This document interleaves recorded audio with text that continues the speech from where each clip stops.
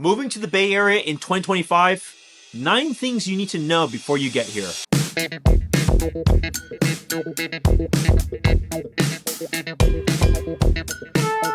you're thinking about making the move to the Bay Area in 2025. Well, here are some things you need to know that you might not have thought about. And if you're looking to buy, sell, or invest in the area, I've helped over 60 families buy and sell in 2024, and I'd love to help you in 2025. If you think it's a good fit, you can reach out to me in the description below.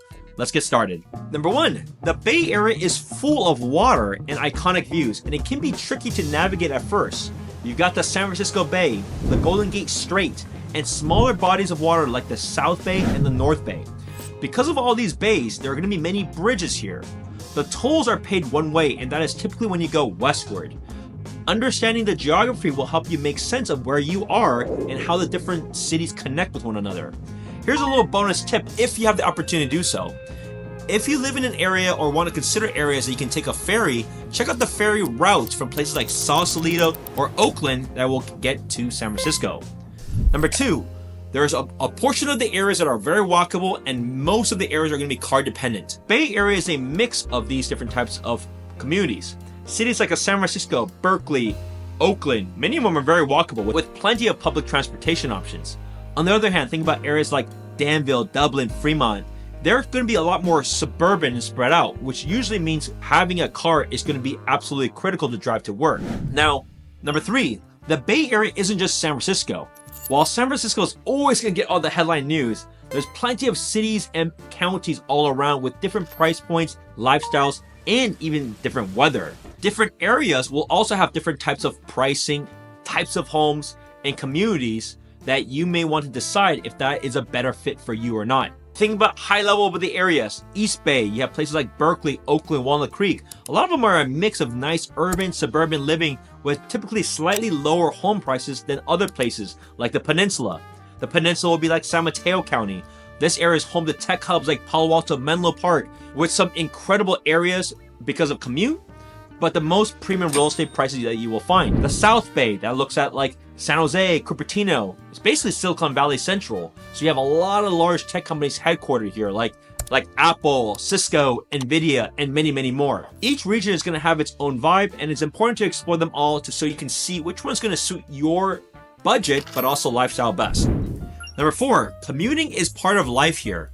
Whether using BART, Caltrain, or you're driving, commuting is going to be a big part of living in the Bay Area, unless you're lucky and you have a remote job, which will be really, really rare in 2025. Some people even have the option to commute by ferry from places like Alameda and Vallejo, along with some of those other cities that I brought up. So be prepared for traffic during rush hours and factor commuting time into your decision when choosing a home. The way that I like to do it, simply look on Google Maps and plot out when you would likely be commuting into the office and when you're heading home, how the traffic is, and where is the congestion at a given time. But typically the way traffic works is unlike other parts of the country that tend to all flow one way in the morning from east to west, as the highest paying job hubs are in the west side of the bay. Then afternoon, starting at around 2:30 to about like 8 o'clock or so, you will then have the traffic flow back. So if you want to avoid this, either you work late, you go really early, and because there's going to be plenty of activities that you can do nearby wherever you may work. Maybe it's go to the gym, maybe it's go grabbing drinks, maybe it's go grabbing dinner. There's all these different things you can do around to avoid that traffic. Number 5, let's talk about the real estate market. The median single family home price in the Bay Area, which we're going to include as Alameda, Contra Costa, Marin, San Francisco, San Mateo, and Santa Clara County, is at equivalent of $1.375 million. Of course, you can certainly go higher or lower depending on how far out you're willing to go from the west parts of the Bay Area. Townhomes in general will be at around 1.075, and condos, like generally flats, have a median price point of $740,000. Now, while there are going to be some nicer condos, there aren't going to be nearly as many luxury condos here versus like a New York or Miami. 6, starting in August 2024, California mandated, along with most of the country, that all buyers are required to sign a buyer-broker agreement with their real estate agent. You actually want to do this very early on because this formalizes your working relationship, making it clear how the agent is compensated. It's not something to worry about but it's good to know before you start touring homes because it is required. Otherwise, the real estate agent could get in big trouble. Rest assured though, this has been enforced for the last 4+ months. Things are going as usual, and it's a benefit for me because many individuals may want to interview a few agents, and that allows us to stand out a little bit more than just being blindsided or feeling rushed of not knowing the process. Number 7, the Bay Area is home to amazing sports teams. You got everything. You got San Francisco 49ers, which is technically in Santa Clara. You got the Golden State Warriors that plays at the Chase Center in San Francisco. You got the San Francisco Giants when it comes to the baseball team. You got soccer with the San Jose Earthquakes. You got the San Jose Sharks.